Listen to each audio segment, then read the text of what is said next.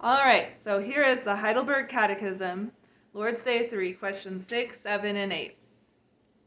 Did God then create man so wicked and perverse?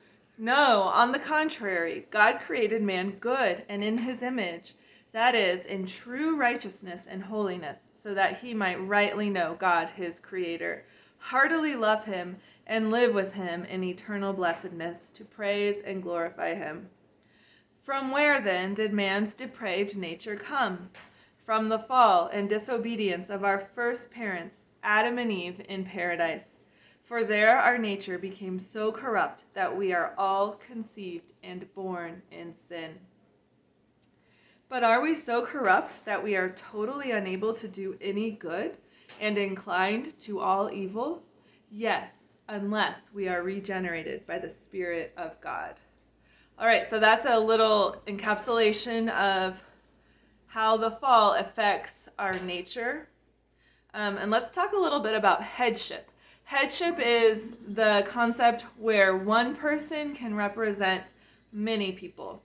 All right, so Adam was the head of the human race. That's why all people are born sinners. But Christ is the new Adam, and he is the head of the redeemed human race. In 1 Corinthians 15:22 it says, "For as in Adam all die, so in Christ all will be made alive." So something that I think about when I think about headship, if you're ever wondering, well, how is that fair that Adam represented all of us? So because Adam sinned, we all are born sinners.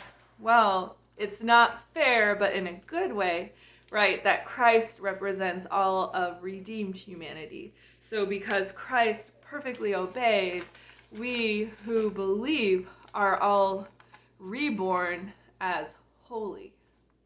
All right, let's talk a little bit about the scope of the fall. How big, how deep does the fall go? The fall is not just an isolated event. It has catastrophic significance for creation as a whole, for the human and non-human world. When we say world here, we are speaking of the earthly, not the heavenly realm, even though, yes, we know that there was a revolt in heaven and that Satan and the angels that followed him, that we now know as demons, fell. But we do know that there are angels that still love God that did not fall. So it almost sounds like heaven had a little bit of the free will and that chance to choose whether or not to actually obey God in the same way that Adam and Eve did in the Garden of Eden. Maybe in a similar way, I don't know.